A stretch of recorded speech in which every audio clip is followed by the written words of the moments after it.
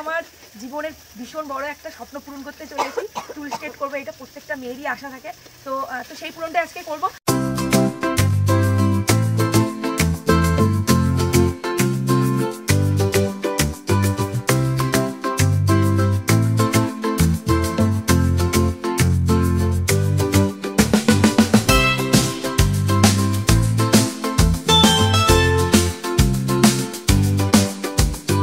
বাপের বাড়িতে আসা কিন্তু আজকে 2 দিন হয়ে গেল। তো চলো আজকে সারাদিনটা আমি কি করব সবটাই তোমাদেরকে আমি ব্লগের মাধ্যমে আমি শেয়ার করব। ঘড়িতে কিন্তু অনেকটাই বেলা হয়ে গেছে। কি বলো তো, ঘুম থেকে উঠেছি অনেকক্ষণ। বুঝতেই পারছো বাপের বাড়িতে গেলে একটা মেয়ে যা করে সারাদিন গল্প আড্ডা ইয়ার্কি এইসবই চলে। আরও যদি বোন ভাই বোন থাকে তখন তো আড্ডাটা আরও ভীষণ জমে যায়।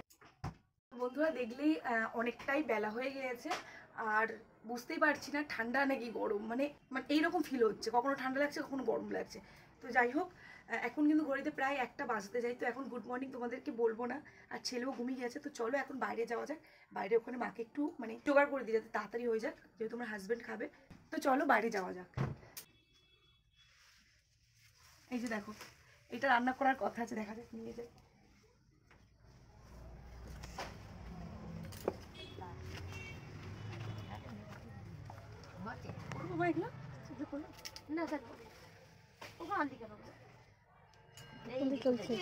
কি হয় জানো তো, আমাকে না সবাই আয়লাঝড় নাম দিয়েছে, কারণ আমি প্রচুর স্পিডে কাজ করতে পারি। সিরিয়াসলি বলছি, নিজের কাজ নিজে যখন দেখি মনে মনে ভাবি যে এত স্পিডে কাজ করি। আমি স্পিডে কাজ করি ঠিকই, বাট নিজের শরীরে কিন্তু প্রচুর ক্ষতি হয়। যেমন হাতে লেগে যাচ্ছে জোরে কাজ করতে গিয়ে, পায়ে লেগে যাচ্ছে, হোঁচটকে পড়ে যাচ্ছি, এইরকম হয়। তো আমি বলবো কেউ স্পিডে কাজ করো না, সবাই ধীরে স্থিরভাবেই কাজ করো। আর আমি কি জানো তো, আমি না একদম আস্তে আস্তে করে কাজ করতে পারি না। সিরিয়াসলি বলছি, আমার কাজ যেন স্পিডে চলে আসে অটোমেটিক, নিজেও জানি না কেন। বাড়িতে জামাই আসবে বলে কথা, মাংস না হলে কি হয়? তো সেই কারণে মা নিয়ে এসছে আমার হাজব্যান্ডের জন্য মাংস, মাছ, আরও কী সব করবে আমি সবটাই তোমাদেরকে বলবো। তো চলো, অনেকটাই বেলা হয়ে গেছে, আমি বলেই দিলাম যে 1টা বেজে গেছে। আর সব থেকে আমার বড় কাজ ছিল ছেলেকে ঘুম পাড়ানো, খাওয়ানো। সেই কাজগুলো প্রায় কমপ্লিট হয়ে গেছে, ওকে আমি ঘুম পাড়িয়ে দিয়েছি। মাকে বললাম দাও মা, আমিও কাজে লেগে পড়ি। তো সেই কারণে আমি পেঁয়াজ কুচিয়ে দিচ্ছি, আদা রসুন এগুলোও আমি ছাড়িয়ে দিলাম। মাকে বললাম যে মা আমি কি এগুলো পেস্ট করে দেবো? মা বললো না না, তোর এগুলো করতে হবে না, তুই শুধু আমাকে এগুলো ছাড়িয়ে দিয়ে তুই তো ছেলের কাছে গিয়ে বস, কারণ ও উঠে গেলে আবার তোকে ডিস্টার্ব করে থাকবে। তুই যেইটুকুটা কাজ করছিস ওইটুকুটাও কাজ করতে পারবি না। তো সেই কারণে মা আগে বললো ওখানে গিয়ে বস। তো আমি বললাম যে না মা, এখন তো বেজে গেছে 1টা, তো আমি যদি তোমাকে হেল্প না যদি করি, খেতে খেতে লেগে যাবে 4টে। সেইটা বড় কথা না, বড় কথা হচ্ছে আমি কষ্টটা এখানে কার বুঝলাম, মার কষ্ট বুঝলাম নাকি আমার পেটের কষ্ট বুঝলাম? ভীষণ কনফিউশন হয়ে আছি। আর এখানে আমার বাপের বাড়িতে আসলে কি হয় জানো তো, এখানে আমার ক্যামেরা ধরার আমার অনেকেই আছে, অনেকেই। আর আমার শ্বশুরবাড়িতে এখানে কেউ নেই, শুধু আমার হাজবেন্ড ছাড়া। তো আমি সেই কারণে আর কি আমি রিসেন্টলি একটা স্ট্যান্ড কিনেছি। এই স্ট্যান্ডটা কিনে আমার জন্য ভীষণ হেল্প হয়েছে, যে কোনো ধরনের ভিডিও আমি স্ট্যান্ডে রেখে আমি করতে পারছি। চলো অনেকটাই বক করে ফেললাম, তো এবারে চলো একটু ঝটাপট করে মশলাগুলো বেটে দেওয়া যাক, যাতে মার তাড়াতাড়ি হয়ে যাবে। আমি বক করছি বলে মাও করতে পারছে না। তো চলো তাড়াতাড়ি করে বেটে নেওয়া যাক।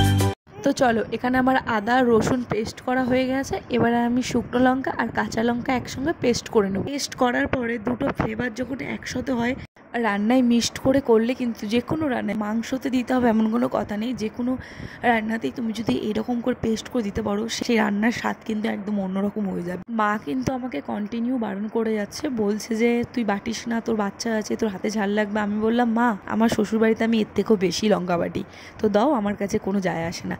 তো বলে আমি বেটে নিলাম লঙ্কাটা। আজকে রান্নাতে ছিল আলু ভাজা, মুগের ডাল আর ভোলা মাছের পাতুরি, তার সাথে ছিল মাংস, সাথে কিন্তু পালং শাকও ছিল।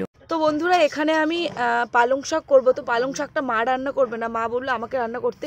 তো এখানে মটরশুঁটি কেটে নিয়েছি, আর এখানে 3 রকমের সবজি আছে। আর এখানে এই যে দেখো, জাস্ট 3-4 মুঠোর বেশি হবে না পালং শাক। আমাদের বাড়িতে অত কেউ কিছু শাকের অত ভক্তি নেই, ওই আমার হাতে মা বাপের শ্বশুরবাড়িতে গিয়েছিল, তখন একবার ভালো লেগেছিল, তো সেই কারণে মা বলছে একটু কর এখানে। তো পালং শাকটা আমি রান্না করবো, আর এখানে আমরা চাটনি হবে। আর আর এই যে ভোলা মাছ রান্না হচ্ছে, মানে ভোলা মাছ ভেজে নিচ্ছে। গাছের পেঁপে পেকে গিয়েছে ছেলের জন্য, এগুলো বন্ধুরা দেখলেই আর কি। আর ছেলে ঘুমিয়ে গেছে মানে আমার কাজ কমপ্লিট, এটা একটা বড় কাজ ছিল। তো মার ওখানেও কাজ কমপ্লিট করে ফেলেছি, আর আর অনেকটাই বেলা হয়ে গেছে। তো চলো আজকের আমার জীবনের ভীষণ বড় একটা স্বপ্ন পূরণ করতে চলেছি, চুল স্ট্রেট করবো। এটা প্রত্যেকটা মেয়েরই আশা থাকে, তো তো সেই পূরণটাই আজকে করব। তো সবটাই তোমাদের সাথে শেয়ার করবো, তার জন্য চ্যানেলে চোখ রাখতে হবে। তো চলো এখন ঘরে যাওয়া যাক। তারপর আবার কি, এই যে যেটা আমারও ছিল যে আমি চুল স্ট্রেট করব, ফাইনালি আমি আজকের করব না। আমি বিয়ের আগেও করেছি 2-3 বার, আমি পার্লারে গিয়ে করিনি, আমি এইভাবে বাড়িতেই করেছি। তাও খুব এক্সাইটমেন্ট হয়ে আছি যে চুলটা আবার স্ট্রেট হবে এরকম কার্লি থেকে, বেশ নিজেকে বেশ ভালো লাগবে, বেশ পারাম সুন্দরী লাগবে। না, আমার বোন আমাকে দেখিয়ে দিচ্ছিল যে এখানে কমানো যায় বাড়ানো যায়, ও আমাকে দেখাচ্ছিল আর ক্যামেরাও ধরে দিচ্ছিল। আর এখানে আমি হিট হতে দিয়েছি। আর এটা যেটা সত্যি কথা বলতে গেলে, এই স্ট্রেটনারটা আমার না, আমার কাকার মেয়ে সম্পর্কে আমার দিদি হয়, তো তারই স্ট্রেটনার। এটা ছিল ফিলিপসের। দেখো আমি কিন্তু একদম নর্মালি স্ট্রেট করে নিচ্ছি, এখানে কোনো ক্রিম ইউজ করিনি, না কোনো অ্যালোভেরা জেল ইউজ করেছি, না কোনো সিল্কিন সাইন তেল ইউজ করেছি। একদম নর্মালি ইউজ করে নিচ্ছি, নর্মালি ব্যবহার করে নিচ্ছি। আর এটার মধ্যে কিন্তু ক্যারাটিন স্মুথ ছিল আর কি। খুবই ভালো করে জানি যে চুলের তাড়াতাড়ি 12টা বেজে যাবে এইভাবে চুল স্ট্রেট করলে। কি করব বলো, ওই যে মনের ইচ্ছাটা একটু পূরণ করছি। আমি তো ভাই অত বড় লোক না, 10,000-7,000 টাকা দিয়ে পার্লারে গিয়ে চুল স্ট্রেট করবো। তার থেকে মনে হয় ঘরে এইভাবে আমার চুল স্ট্রেট করাটাই বেটার হবে অনেক। ঠিক আছে, চুল নষ্ট হলে হবে, আবার কি, আবার হয়ে যাবে। আর কি বলবো, আমার মাথায় যেই পরিমাণে চুল, 10-12 হাজার টাকা তো লাগবেই। কি হচ্ছে জানো তো, আমি চুলটাকে মানে 2টো লেয়ারে সেকশন করে নিয়েছি। এক পাশে সেকশন যদি আমি করে ফেলি স্ট্রেটটা কোনো মতে, এক পাশে সেকশনটা আমি করতেই পারছি না, হয় আমার মা ডিস্টার্ব করছে, না আমার ভাই ডিস্টার্ব করছে। যে দেখো ফাইনাল, এই যে বললাম না, এই যে এক পাশে সেকশনটা আমি স্ট্রেট করেছি, আর এক পাশে করতে পারিনি, যে হাত দিয়ে মুড়ে রেখে দিয়েছি, আমাকে খেতে ডাকছিল, তো সেই কারণে। Wow, so beautiful, so elegant, just looking like আ ওয়াও। সিরিয়াসলি দেখো কি ভালো না লাগছে। কিন্তু ওই যে কপাল খারাপ, এক পাশে চুল ধরে দাঁড়িয়ে আছে। চলো বন্ধুরা, মা অনেকক্ষণ ধরে বসে আছে, মা ভাই খাওয়ার থালা নিয়ে। চলো ভিডিওটা আমি এখানেই শেষ করছি। যদি ভালো লেগে থাকে অবশ্যই একটা লাইক করে দিও, শেয়ার করে দিও, আর কমেন্ট করতে কিন্তু একদমই ভুলো না যে আমার চুল স্ট্রেটটা কেমন হয়েছে। তো দেখা হচ্ছে পরে নেক্সট কোনো ভিডিওর সাথে। এখন টাটা।